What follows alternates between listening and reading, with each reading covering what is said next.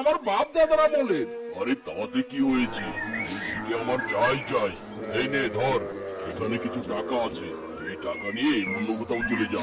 এই ভিটে আজ থেকে আমার, বুঝলি? দয়া করে এমন কথা বলবেন না মোড়ল মশাই। এই ভিটেতে আমার বাপ মায়ের স্মৃতি মিশে আছে। এই ভিটে আমি কিছুতেই বিক্রি করবো না। হারামজাদা, আমার মুখের উপর কথা বলছিস? সাহস তো কম নয়। আমি যেটা চাই সেটা আমি নিয়েই ছাড়ি। দয়া করুন মোড়ল মশাই, দয়া করুন। এই ভিটে ছেড়ে আমি যাবো কোথায়? এই ভিটে আমি ছাড়তে পারবো না। এই বল্টু, হারামজাদাটাকে উত্তম মধ্যম দিয়ে এখান থেকে বের করে দি। আয় খোদা, তুমি আমায় এভাবে নিঃস্ব করলে। এই ভিটে ছেড়ে আমি এখন কোথায় যাব?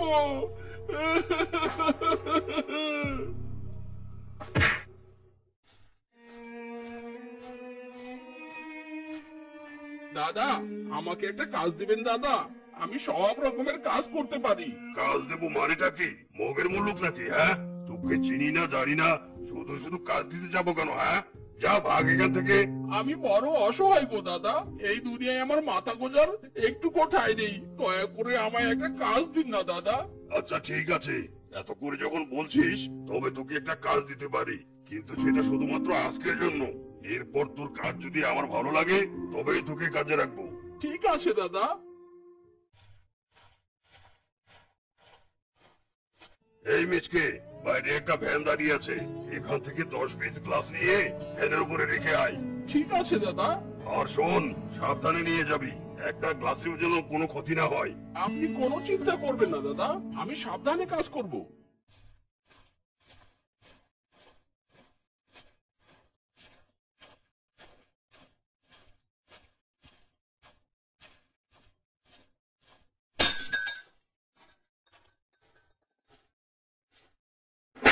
হারামজাদা, কাজ করতে পারিস না, তবে কাজ করতে এসেছিস কেন? হায় হায় রে, আমার কত দামি গ্লাসটা ভেঙে ফেললো। এই হারামজাদা, ওই লোকসানের টাকা এবার খেয়ে দেবে। আমাকে মারবেন না দাদা, আমি আসলে সাবধানেই কাজ করছিলাম। জানি না কি করে গ্লাসটা পড়ে গেল। দয়া করে আমায় মারবেন না দাদা, মারবেন না। হারামজাদা, তোকে মারবো না তো কি করবো? তোর জন্য আমার কতগুলো টাকা লোকসান হয়ে গেল।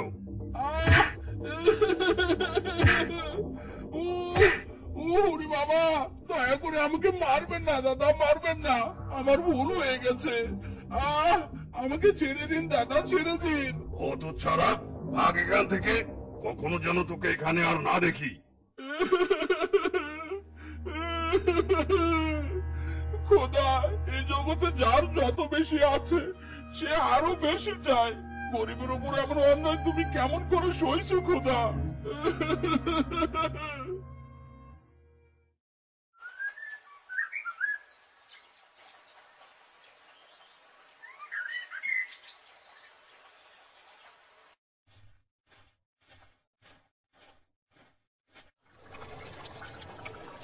এই এই কে কে? যত সব পাগল ছাগলের দল, ঘুমানোর আর জায়গা নেই নাকি? হ্যাঁ, আমার দোকানের সামনে ঘুমাতে হবে? দাদা, একটু ঘুমিয়েছি, তাই বলে এমন ব্যবহার করতে হবে আমার সাথে? একেই বলে চোরের মায়ের বড় গলা। একেই আমার জায়গায় ঘুমিয়েছে, তার উপর আবার বড় বড় কথা বলছে।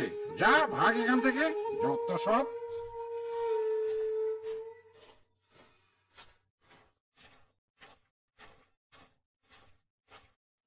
বাবা, 10 টাকা দাও বাবা। দুদিন হয় কিছু খাইনি। দাও না বাবা, দাও না 10টা টাকা। উফ, এদের জ্বালায় শান্তি মতো কোথাও থাকাও যায় না। যত সব উঠবো ঝামেলা। খোদা তোমার মঙ্গল করুক বাবা। মা, পানি খাবো। কে কোথায় আছো? পানি দাও, পানি। ছেলেটাকে দেখে অসুস্থ মনে হচ্ছে।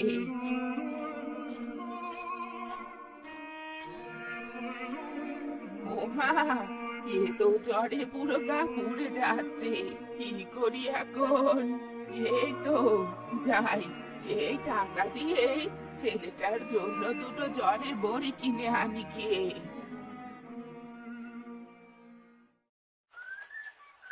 খাও বাবা খাও, এই মুড়ি ছাড়া আমার কাছে যে আর কিচ্ছুটি নেই। এবারে এই বড়ি দুটো খাও তো বাবা। আপনার দয়ার শরীর গো বুড়িমা, আজ আপনি আমার যে উপকার করলেন এই যুগে তা কেউ করে না। তুমি কে গো বাজা? এই এলাকায় তো তোমাকে আগে কখনো দেখিনি। আমি এক হতভাগা বুড়িমা, এই দুনিয়ায় আমার নিজের বলতে কিছুই নেই। আরে জীবন, আচ্ছা বাবা, আমি এবার যাই, সন্ধ্যা হয়ে আসছে, বাড়ি যেতে হবে, নয়তো রাত হয়ে গেলে অন্ধকারে আর হাঁটতে পারবো নে। খোদা, যাদের অর্থ আছে তাদের কারো সাহায্য করার মতো মন নেই, আর যাদের অর্থ নেই তাদের অন্যকে সাহায্য করার মতো বিশাল মন আছে। আমি আর এভাবে পথে পথে কতদিন ঘুরবো? আমার বাড়ি ঘরের স্মৃতি, সেই আম গাছ, সবার কথা যে আমার ভীষণ মনে পড়ে।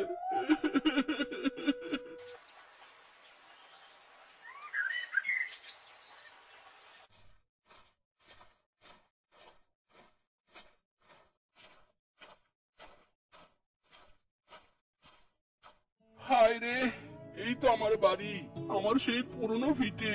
মোড়ল সাহেব যতই ফুলের বাগান করুক না কেন, আমার ভিটের সেই পুরনো গন্ধ এখনো যে আছে। এই রোদে বড্ড ক্লান্ত লাগছে, যাই আম গাছটার ছায়ে বসে একটু জিরিয়ে নেই। আহ, কি শান্তি! আহারে, আমার গাছের আম, কতদিন পর নিজের গাছের আম খাবো।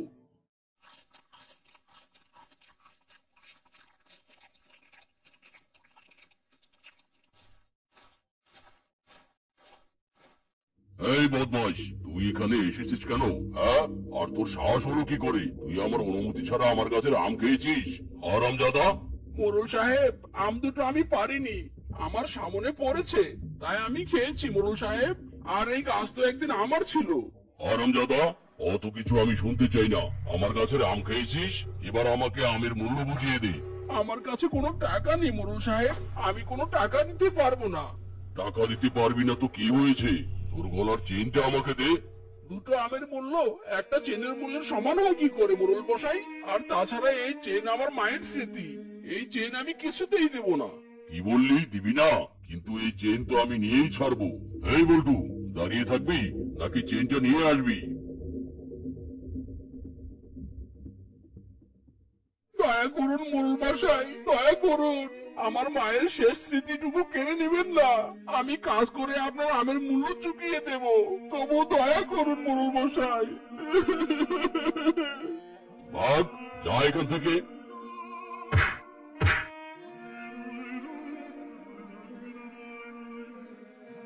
মাগো, আমি পারলাম না মা, তোমার স্মৃতিটুকু আমি ধরে রাখতে পারলাম না। আমার মতো অপদার্থ আর কেউ নাই মা, কেউ নাই। কি হয়েছে তোর? এভাবে এখানে বসে কাঁদছিস কেন? ওরে বাবারে পেতনি! খোদা, এবার কি এই পেতনির অত্যাচার সহ্য করতে হবে? ওরে বাবা! ওরে, তুই আমাকে দেখে ভয় পাস না, আমি পেতনি হলেও কারো ক্ষতি করি না। তুই কেন কাঁদছিস বল আমাকে, আর চোখের পানি আমার সহ্য হয় না। অত্যাচারী মোড়ল জোর করে আমার বাড়ি দখল করেছে, আর তার গাছের দুটো আম খেয়েছে বলে আমার মায়ের শেষ চিহ্ন সোনার চেইনটা আমার কাছ থেকে কেড়ে নিয়েছে। এই দুনিয়ায় অসহায়দের কেউ নেই, কেউ নেই। আমি তোর কষ্ট বুঝতে পারছি, তোকে দেখে আমার ভীষণ মায়া হচ্ছে। এই নে, এই ফলের বীজটা কোনো সাধারণ ফলের বীজ নয়, এটা 7 ফলের বীজ। এই বীজ তুই রোপণ করবি, আর তারপর সেই সব ফল বিক্রি করে সেই টাকায় দিন কাটাবি। কিন্তু আমার তো কোনো ভিটে নেই, এই বীজ আমি কোথায় রোপণ করব? তাহলে শোন, এখান থেকে 20 গজ দূরে গেলেই একটা বাড়ি দেখতে পাবি। ওই বাড়িতে কেউ থাকে না। এখন থেকে ওই বাড়ি তোর, আর ওই বাড়ির উঠোনে এই 7 ফলের বীজটা রোপণ করবি। আচ্ছা ঠিক আছে, তুমি যেমনটা বলছো আমি তেমনটাই করব। আর একটা কথা শুনে রাখ, আমি কিন্তু রোজ এই গাছে গিয়ে শাক ফল খেয়ে আসবো। ঠিক আছে পেতনি, তাতে আমার কোনো আপত্তি নেই।